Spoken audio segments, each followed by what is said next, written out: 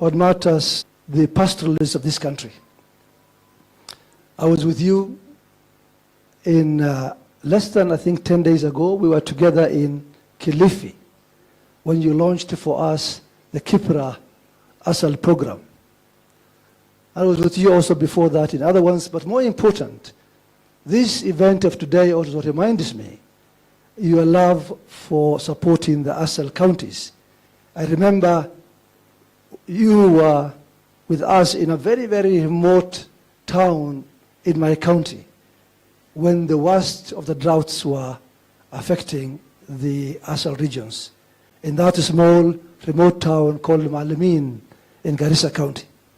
Your Excellency, all this and indeed translates to one thing, i.e.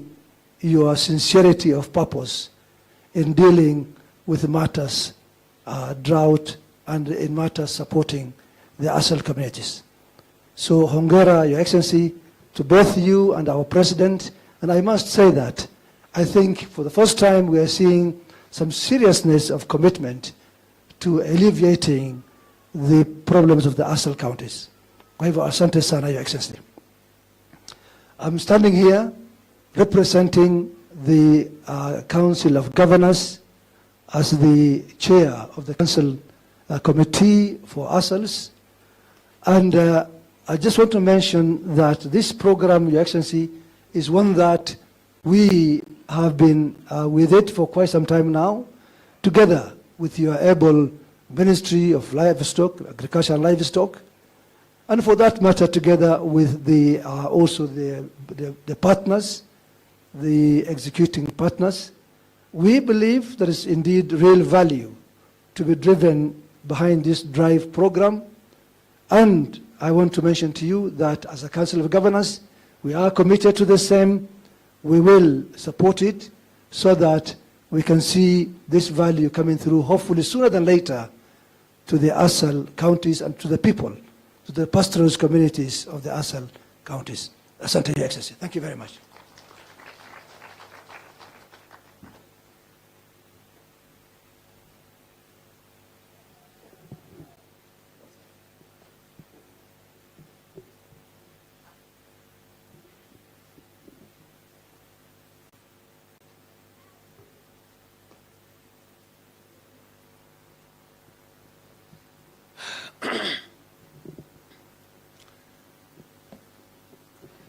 Naibu wa Rais, mangavana wote walio hapa siku ya leo, my colleague Minister Madam Miano, PSs present na itifaki zote sikifuatiliwa. Bwana asifiwe.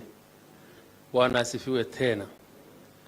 Mimi naomba ruhusa nitumie lugha ya Kiswahili ili niweze kuongea vizuri na niweze kusikizana na watu wangwana wa hapa Naipkor, hapa Laikipia.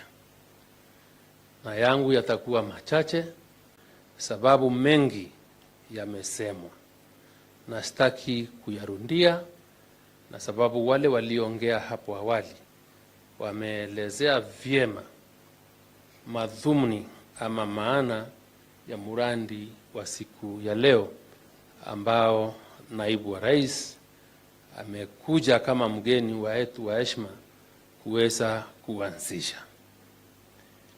Watu wa Laikipia na Wakenya wote tukiwa hapa, kitu kile ningesema kidogo ni kwamba wengi wamesema kuhusu serikali ya William Ruto na Rigathi Gachagua. Sisi ama mimi, Waziri Miano hapa, mapiezi wale tulio nao hapa, tumepewa kazi ili kuweza kuwahudumia nyinyi wa Kenya na kuwahudumia wote wa Kenya kutoka kila pahali ya nchi hii. Na nikiwaambia hapa mimi, mradi huu katika ambao unaenda kufaidi kaunti 21 ni dhihirisho ya kwamba serikali ya Kenya Kwanza iko katika roho yake maana ya kuwasaidia, imetilia maanani mambo ya kuwasaidia wa Kenya kutoka kule chini. Na kwa wakati unaona tuko na mpango wa kuwaleta wafugaji pamoja through cooperatives, through financial support, na pia kuhakikisha ya kwamba hata ng'ombe ama mifugo inatafutiwa bei. Mambo ya leather mumeambiwa, there can never be any other greater idea or better arrangement than what the current administration is doing to really demonstrate to the Kenyan people how committed, how serious it is in ensuring that the well-being ya watu wetu inaweza kufanyika. Kile tu ningetaka kuomba mimi ni kwamba wananchi nyinyi, yale mambo miradi serikali inayotilia maanani, msimame imara kulinda serikali na kuhakikisha ya kwamba mnafuatilia mipangilio ili nyinyi muweze kunufaika kwa miradi ya serikali. That is the only way to ensure mtafaidika. Na niwaombe ya kwamba saa hii, na I think governor wa Marakwet amesema, wizara yangu tunafanya karibu sana na waziri Miano hapa, na 21 counties pale hii murandi huko pia kuna program za asal sa ministry yake huko, na mnatuona tuko hapa.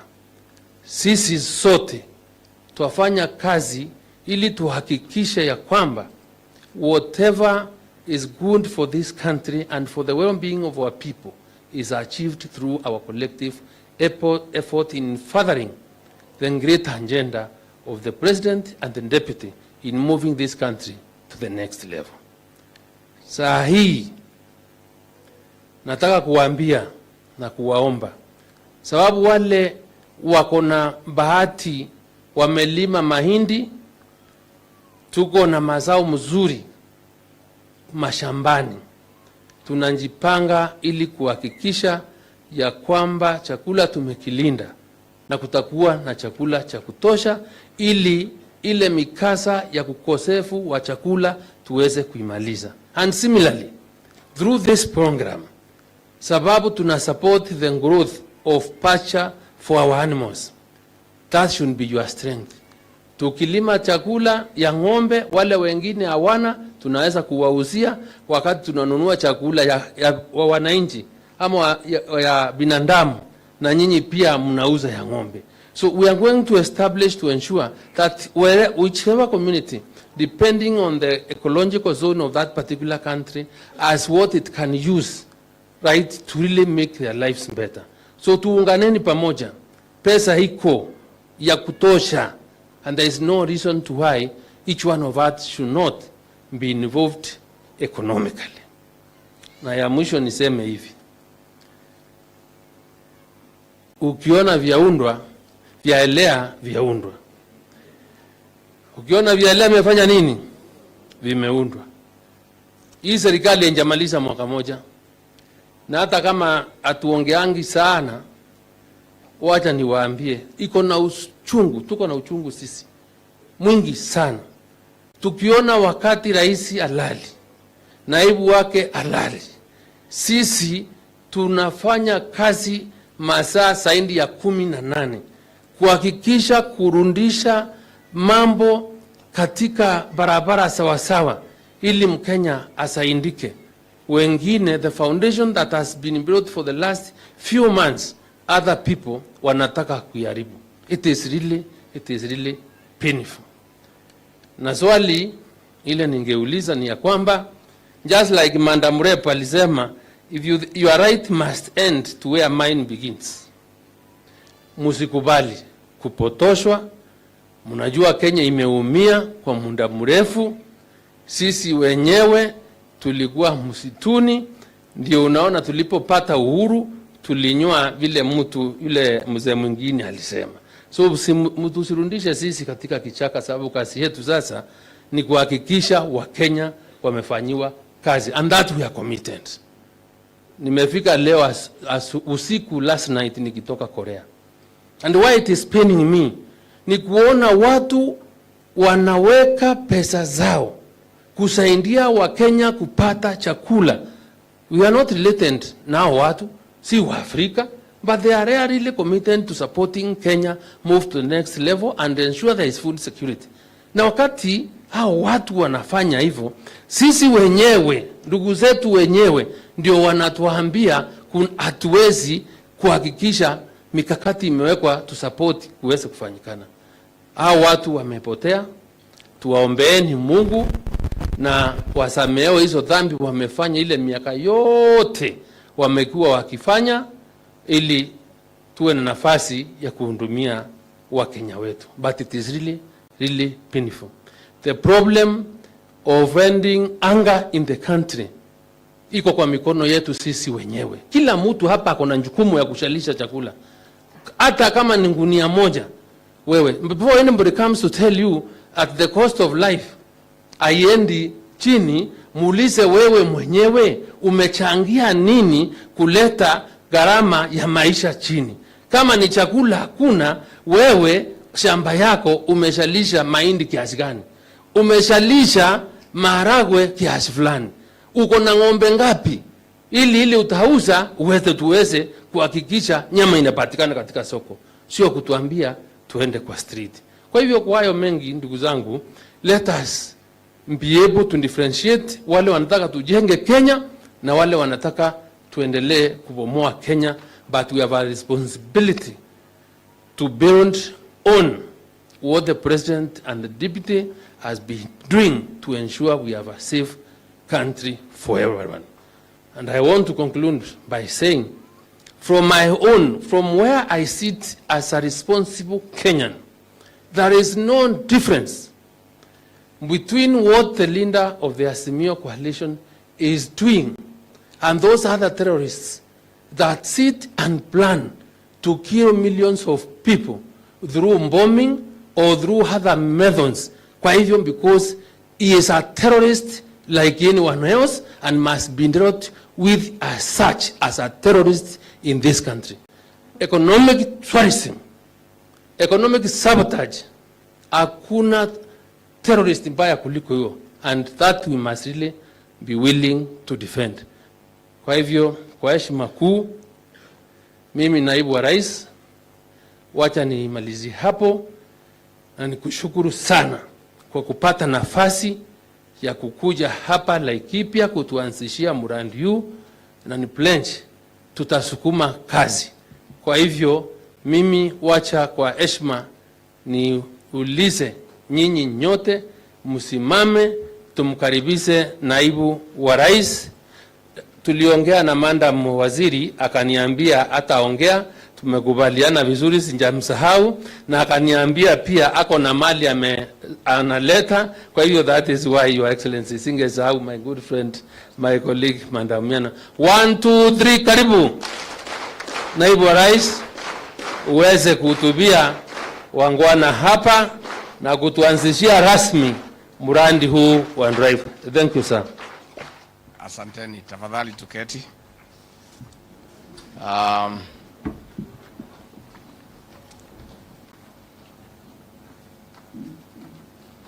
The Cabinet Secretary for Agriculture, Mithika Linturi, Cabinet Secretary, East African Community, ASALS and Regional Development, Rebecca Miano, our Principal Secretary, Jonathan Mweke, our host governor, Joshua Ilungu, Governor wetu kutoka Garissa and the chair of ASAL, local leaders present, including the senator, the women and area member of parliament, members of the county assembly, representatives from the World Bank and all other partners.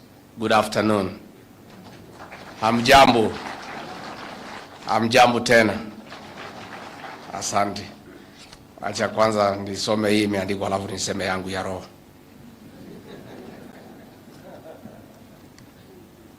I deliver greetings to this beautiful county of Laikipia from President William Ruto, the President of the Republic of Kenya. Mumepokea?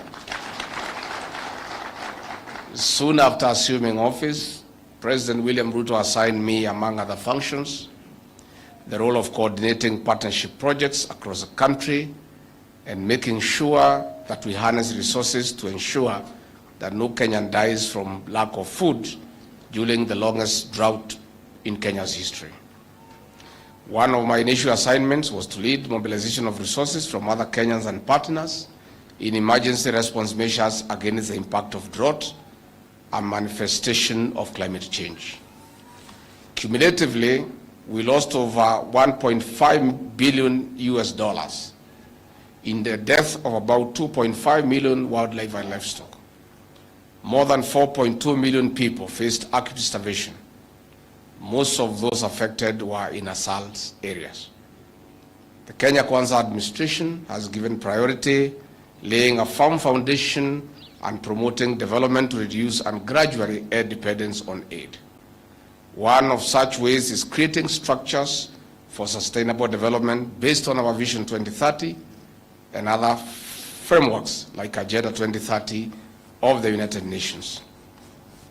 I'm therefore happy to be part of this official launch of 15.9 billion Kenya shillings project in de-risking, inclusion and value enhancement, that is drive of pastoral economies for 21 arid and semi-arid lands counties. This project, which has been on pilot since November 2022, is in tandem with our determination to build strong and resilient communities as we fight the threat of climate change. Leaders, distinguished guests, and our stakeholders, the livestock subsector plays an important economic and socio-cultural role in Kenya. It contributes between 10 and 13% to the national gross domestic product.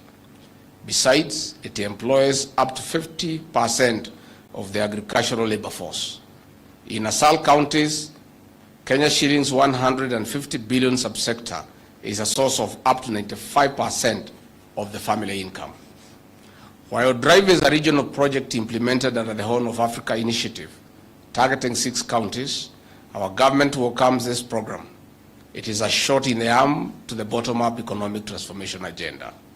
It is complementary to our recovery and resilience plans of increasing income of over 13 million pastoralists. This is through reducing vulnerability to poverty and ultimately the year-in, year-out expenditure on drought emergency and mitigation measures. In the long run, it is contributing to dignifying our people from extreme poverty and hunger by strengthening the government's portfolio on disaster risk financing. We thank the World Bank and all other partners for their invaluable support to this initiative. Distinguished guests, the Kenya Kwanza plan gives priority to the livestock subsector as an essential component to achieving our Vision 2030 and Sustainable Development Goals. The medium-term plan of 2023 to 2027 identifies agriculture insurance for crops and livestock as key in exports.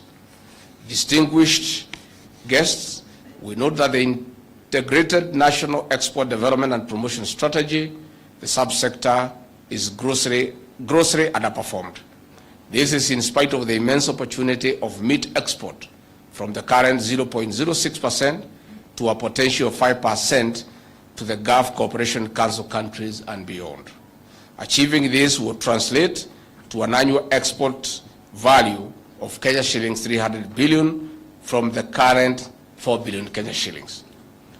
Agriculture is a devolved unit and hence will be a major economic boost to assault counties and the county. We are keen to strengthening the livestock export portfolio to enhance our foreign exchange reserves. Distinguished guests and all stakeholders, we are pleased that this project has made significant progress at the pilot stage. For instance, during the fourth quarter of 2022, over 17,000 pastoralists in the counties of Wajir, Garissa, Tana River, and Samburu registered for insurance. They paid 20% premium. The government paid a subsidized rate of 80%, amounting to 192 million Kenya shillings. The insured pastoralists have qualified for initial savings incentive deposit of Kenya shillings 6,000 each, amounting to over 100 million shillings in 4 counties. Further, the DRIVE project is making insurance payouts to the pastoralist beneficiaries for the October-December 2022 short trains. Distinguished guests, during the long range 2023 season, we know that the DRIVE project carried out capacity building on financial inclusion, livestock insurance, sales and savings in the counties of Turkana, Marsabit, Mandera, Wajir, Garissa, Tana River, Isiolo, Samburu, Laikipia and Kajiado. In covering the short and long range this year, over 43,000 pastoralists have bought livestock insurance, with the government paying 80% premium to subsidize, amounting to almost 462 million Kenya shillings. This shows the government's commitment to supporting livestock farmers so that they are not left behind. In 5 years, livestock farmers will enjoy improved access to affordable index-based drought insurance and other financial services like savings and credit. They will also be linked to reliable markets while promoting youth and women in the livestock value chain through private-public partnership.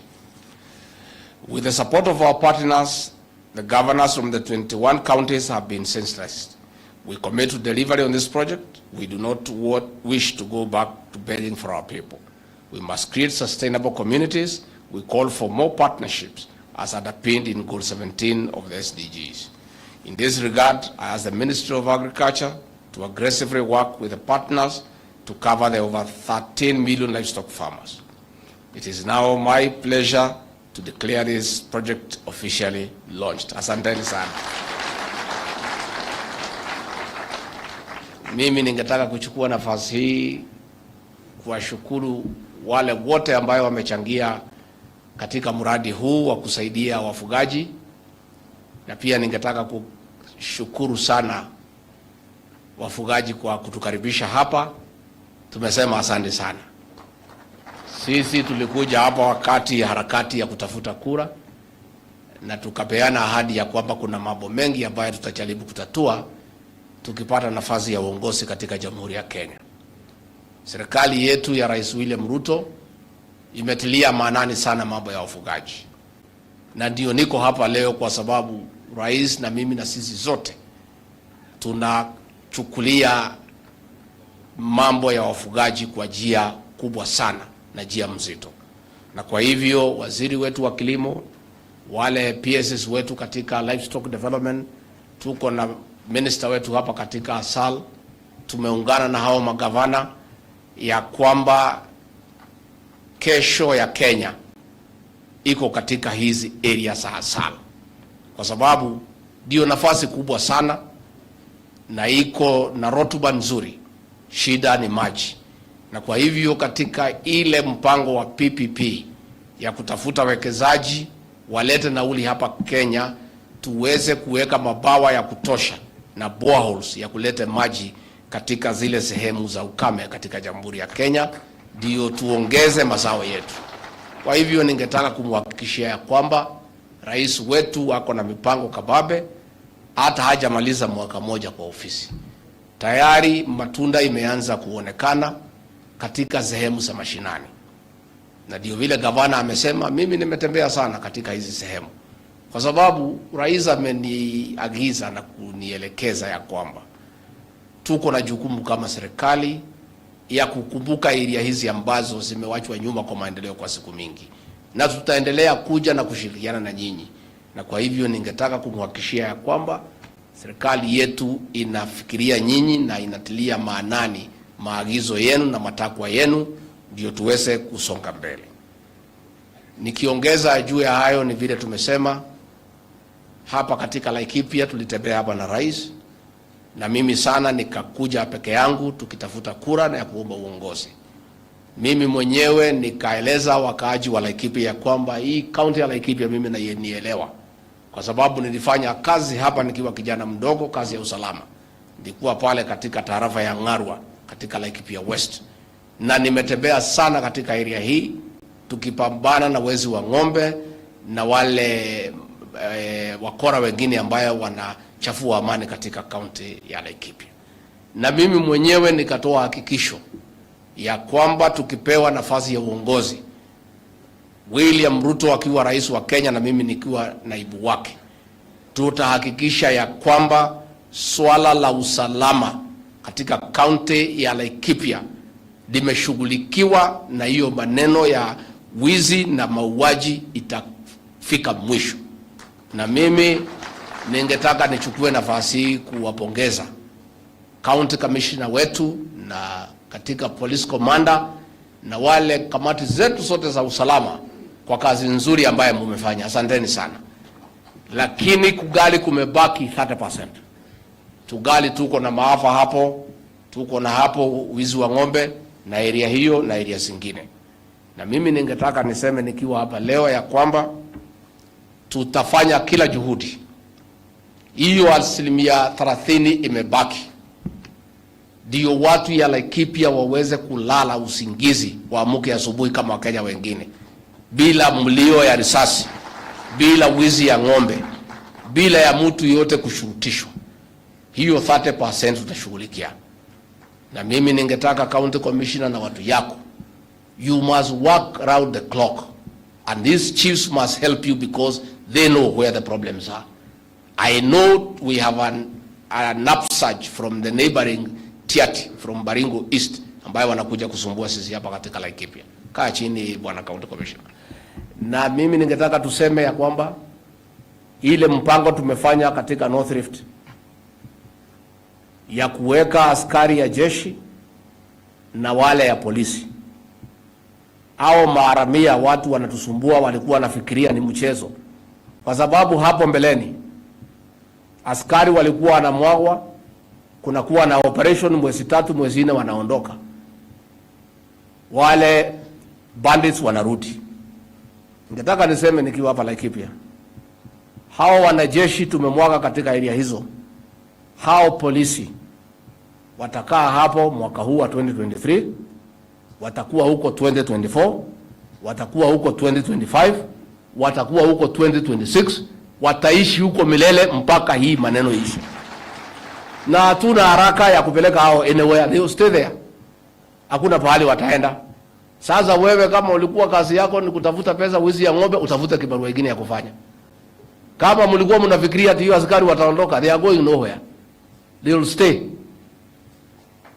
And tunasema the government to deal with insecurity in Laikipia and in North Rift conclusively and decisively once and for all is a government led by President William Samoei Ruto. Hiyo ndio serikali itamaliza hiyo maneno. And we are determined. Our CS for Interior, Kithure Kindiki, has camped in that region for 6 months. And he'll continue camping there until we restore law and order and we bring to an end insecurity so that Kenyans can enjoy their constitutional right of life and safety for their property. Governor, mumeomba tuongeze nyinyi National Police NPR, si ndio? Sasa lazima tukae utuambie how many you are willing kusaidia. Unajua tutasaidiana. Tulikubaliana governor. Sisi tuko na askari na buduki na wewe uko na pesa. Si ni mpango tuelewane? Simupigie governor makofi. Yeah. So governor, you come, you tell us how many. We'll give you the number you want. Yeah? Watu si iko. Buduki iko na risasi iko. Si wewe iko na pesa. Iko shida gani? Kuna shida? So acha governor akuje, huyu wakaora ni mtu wetu. Yeah? Na watu ya Laikipia nimpongeze nyinyi kuchagua huyu jamaa. Mjipigie makofi. Pale mbele mlikuwa mumepotea mkachagua mtu mwingine ya kusumbua watu. Saa hii anatembea na sufuria kwa kichwa alikuwa governor. Si mlikuwa mumeanguka watu ya Laikipia. Lakini kwetu tunasema kuteleza sio nini? Na kufanya makosa sio mbaya. Baya ni nini? Kaa chini governor. You know, sometime mkienda uchaguzi, this governor called Joshua Irungu alifanyia nyinyi kazi mingi, lakini kwa sababu ni mpole na apigi kelele, mkaona ati mtafute mtu ya kupiga kelele na maringo na madoido. ati jina kubwa ya familia kubwa nini, mkakuja mkaweka. Mkienda kutafuta huyu mlikuwa mnalia na jicho moja mmefungua ingine. Sasa nyinyi mkae na huyu gavana. Na huyu gavana anatusaidia sana kwa sababu he works together with the national government. Ndio watu ya Laikipia wafaidike. And that is why we are supporting him. And governor will work with you, look for resources to give the allowances to the NPRs, will give you the NPRs to help you and the people of Laikipia to secure this county so that people can go about their lives. Kwa hivyo nakushukuru sana. Pia nashukuru nyinyi kwa kumrudisha huyu senator, huyu ya Jacobo na Ibrahimu na wale wengine. Huyu. Sasa yule walikuwa na shidana na yeye ndio wanatumiwa na Raila kuenda kuchoma vitu huko Kitengela. Hiyo vijana walienda kuchoma Kitengela ni wa ile kikundi ya hiyo mtu mlikuwa mnaambiwa mchague hapa senator. Ndio amelipwa pesa na Raila kutafuta vijana ya hiyo kikundi haramu kwenda kuchoma mali ya watu huko Mlolongo, huko Mombasa Road. Ati ni kiongozi ati wa Kikuyu. Sasa kwani watu wanadharau hiyo wa Kikuyu kiasi gani? Huyu anaweza kuwa kiongozi wa Kikuyu? Na mnaletewa hapa Laikipia ati mumchague. Sasa amekuwa ndio mtu ya kukodishwa na watu ya Azimio. Those boys who are looting things on Mombasa Road belong to that criminal gang. We are going to hunt them down. Kaa chini center. And let me say now, pahali imefika, sasa ni sawa. It's okay. Sasa wacha sasa tuone vile itakuwa. Sisi ni tunapenda demokrasia, we respect human rights, we respect the constitution. But hakuna serikali yeyote responsible itakubali watu kufanya ile maneno tuliona jana Nairobi. Wewe unasema tunafanya maandamano kuuliza haki yako. Hii mambo ya kuharibu mali ya watu, sasa hiyo ni haki gani wewe unatafuta? What right are you fighting for? Destroying life. Watu wamekufa watu 7 jana. Juzi wamekufa watu 6. Atuona jiita kiongozi. And that is why we told Uhuru Kenyatta on his face, hatuwezi chagua hiyo mtu. Hiyo mtu tunamjua. That is the lord of violence and impunity in the Republic of Kenya. And I personally told Uhuru Kenyatta, my friend, and I was his personal assistant, nikamwambia hii mtu natuletea hatuwezi chagua. This is a violent man. Hii ni mtu ya kuchafua nchi. Ni mtu ya kufanya mauaji. Alianza hii maneno 1982 akipindua Rais Moi, akaua watu. 1997 akaua watu. 2007 akafanya watu wauawe. Alafu Uhuru alikuwa anatuambia ati tumchague, tukamwambia akwende.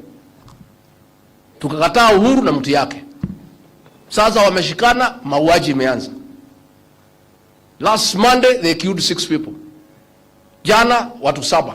Sasa nimeona anasema tutakuwa Monday, Tuesday na Wednesday. Wanataka kuua watu gapi kila siku ndio watosheke?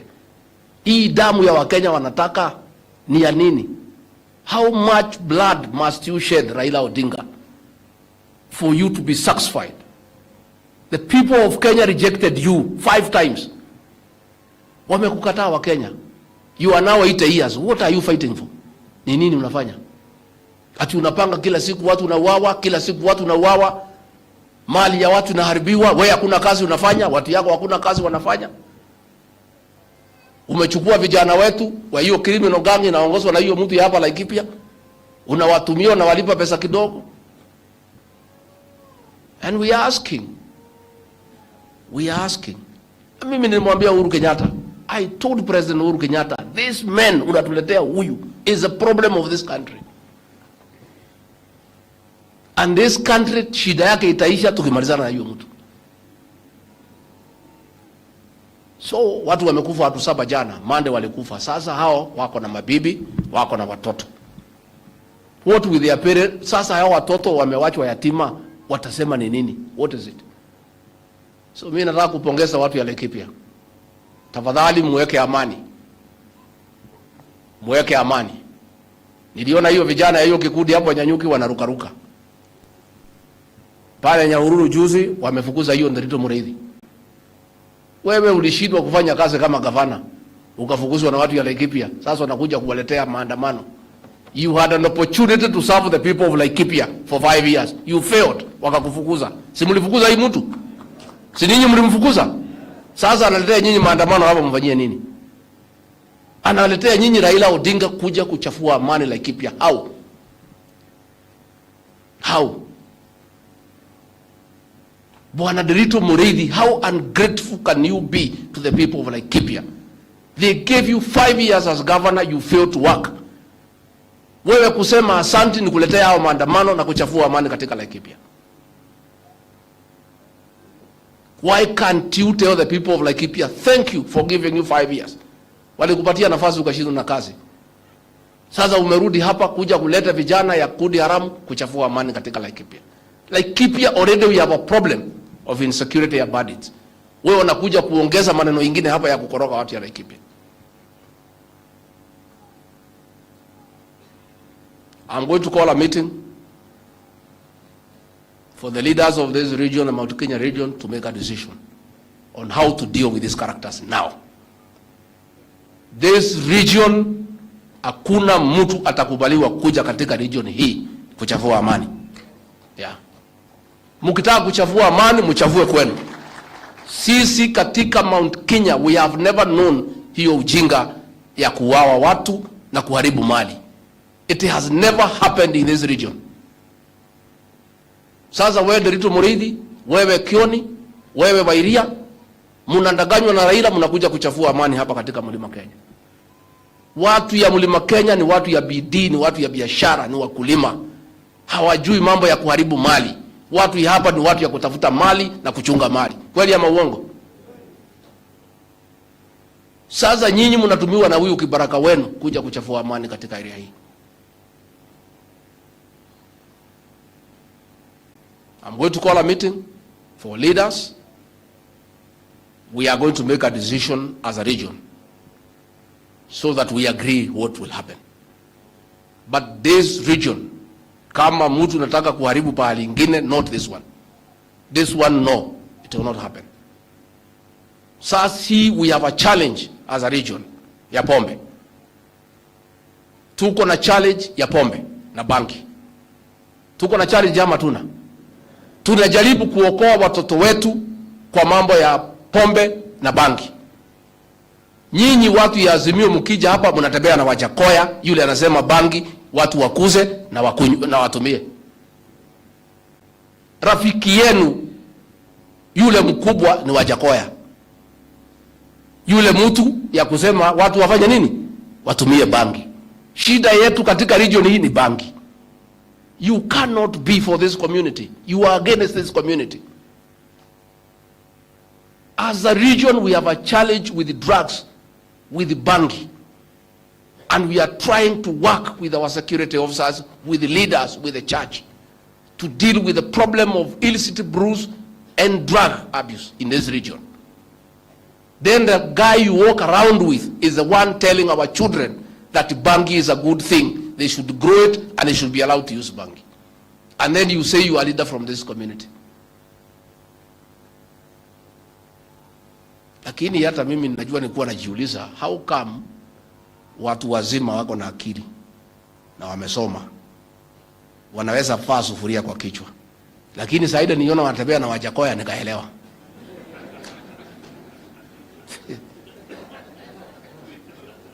You know? Eh? Mchera na mukuduri. Eh? Eh. The company you keep tells who you are. If you walk around with a fellow who smokes bangi and who is championing for bangi to be sold openly, to be legalized, what is likely to happen to you? And what is your behavior now showing? I want to say we are going to make a decision, and quickly, because this is unacceptable. And no, it's not possible. Tuwezi kubali. It's not possible. Kwa hivyo mimi sitaki kusema kuzidi hapo. Nataka kuomba nyinyi tuendelee na kufanya kazi na tuendelee kuweka amani na tufuate sheria za Jamhuri ya Kenya. Hii nchi ya sheria, na hakuna sheria imekubalia mtu mwingine kuharibu mali ya Mkenya mwingine ama kumuumiza. Na niseme ya kwamba officers wetu, please, wana county commissioner, wana police commander, don't allow, under whatever circumstance, the resurgence of that criminal gang here in Laikipia. Don't. Yeah. Na mimi, I want to say that any security officer in this region who allow the resurgence of that gang, it's up to you. We cannot allow that gang to resurge here. We know what they did to our women. We know what they did to our children. We know what they did to our businessmen. That criminal gang will not be allowed to be revived. Not just in Laikipia, but in the Republic of Kenya. Please sit down. Kwa hivyo mimi nimeshukuru. Iko macheki mko nayo sasa tupeane. Sasa unajua karibu tunakula mori kidogo, hii watu wanatukasirisha ya kuharibu mali ya watu. Alafu waziri wetu huyu Rebecca Miano, wewe Rebecca kuja hapa watu wakuone. Sasa Linduri utaki watu wasikie sauti ya hii mrembo. Huyu waziri wetu ni mzuri sana na ndio ametusaidia mambo ya chakula kila siku hapa Laikipia. Leo ametumia sisi gunia 800 ya mchele na gunia 300 ya maharagwe. Si ni mzuri, amsalimie? Ama mtaki kuona huyu mrembo wetu? Salimia watu waziri. Asante sana Mheshimiwa Naibu wa Rais. Nimefurahi sana kuwa Laikipia leo. Na nikueleze kwamba Sunday, Jumapili, nilikuwa Laikipia West. Kwa hivyo watu wa Laikipia ni watu wetu. Nilizaliwa Nyandarua, nikaolewa Laikipia. Kwa hivyo mimi niko nyumbani. Nitasema tu jambo moja. Wizara yangu ya sehemu kame inatiliwa maanani sana na Raisi na Naibu wa Rais. Kwa kila mkutano wa baraza la mawaziri, ninatakiwa kupatiana habari ama mkataba ama report ya vile tunaendelea katika sehemu kame. Kwa hivyo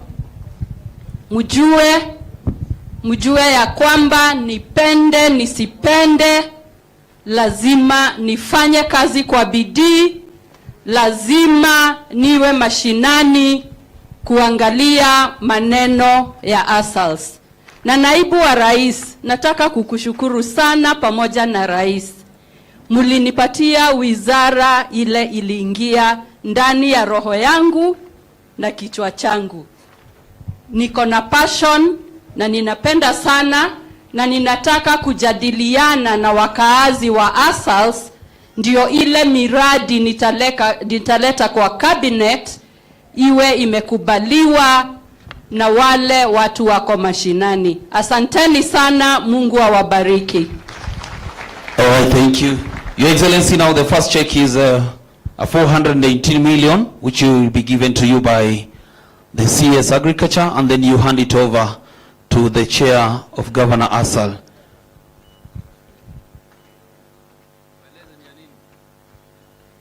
Hii ni hundi ambayo Mheshimiwa Naibu wa Rais, ni pesa ambazo yule mtu ama mkulima ana save, basi anaweza kupewa, na the government also inapeana a 15% kwa wale watu ambao wameweza kusave na kupata hiyo nafasi.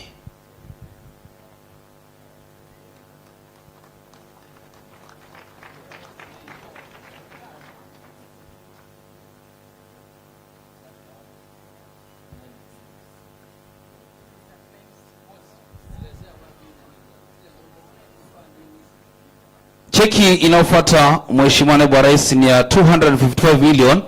Sasa so wakati pengine wa drought, hapa ndio tunaweza pata pesa za kuweza kununua chakula ama kukaribishwa mahali zile nyasi ili tuweze kufuga mifugo yetu, kwa wale ambao pengine wanashindwa hata kuuza, maanake kuna wengine wale wanapenda mifugo yao sana kuliko hata kuiuza, Your Excellency. So they get that chance. Also it is being given to you and then you hand it over to the chair. Thank you, Your Excellency. Now I will request all of us to come down so that we give His Excellency to go walk there so that you launch that project over there. The drive, Your Excellency.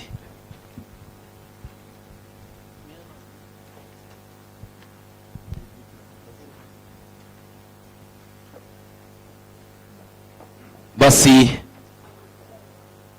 ataenda kukata. Your Excellency, you will cut and then we will step back so that we have a count of 5 and then. Thank you very much. Makofi kwake Mheshimiwa Naibu Rais. Tusonge nyuma tafadhali.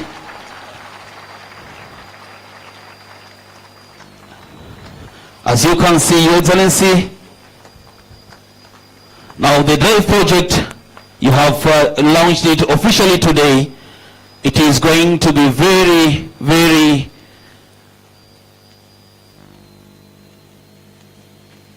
thank you. Makofi tafadhali tumpigie Naibu wa Rais. It's going to be very useful to the wananchi, most especially the pastoralists in the ASAL regions. Thank you very much, Your Excellency.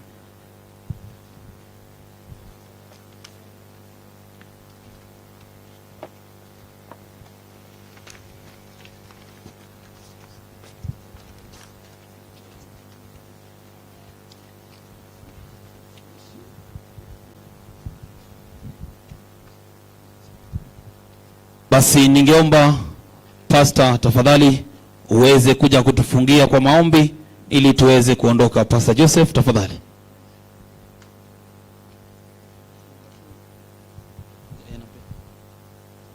Jafet, kunradhi. Pastor Jafet.